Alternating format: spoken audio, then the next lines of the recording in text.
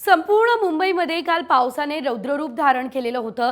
आज मात्र पावसानं विश्रांती घेतलेली आहे। मुंबई आणि उपनगरात सध्या पाऊस नाही आहे, तर काल मात्र मुंबईमध्ये मुसळधार पावसानं दाणादाण उडवली होती।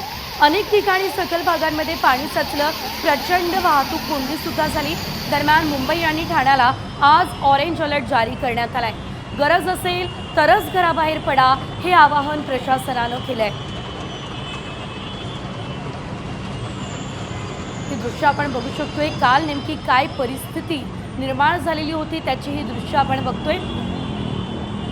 आज सुद्धा मुंबईला आणि ठाण्याला अनेक ठिकाणी रेड आणि ऑरेंज अलर्ट देण्यात आलेला आहे। मात्र गरज असेल तरच घराबाहेर पडा असं आवाहन वारंवार प्रशासनाकडून केलं जाते।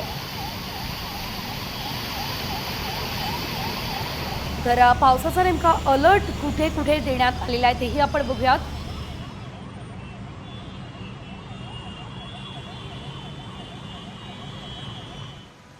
मुंबई ठाण्यात आज ऑरेंज अलर्ट आहे, तर काही ठिकाणी मुसळधार पावसाचा इशारा आहे। पालघरमध्ये आज काही भागामध्ये अतिवृष्टीचीही शक्यता आहे। पुण्यासाठी आज ऑरेंज अलर्ट आहे, विजांच्या गडगडाटासह पावसाचा अंदाज आहे।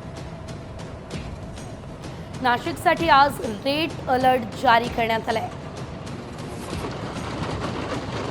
मराठवाडा आणि विदर्भात विजांच्या गडगडाटासह पावसाचा अंदाज आहे।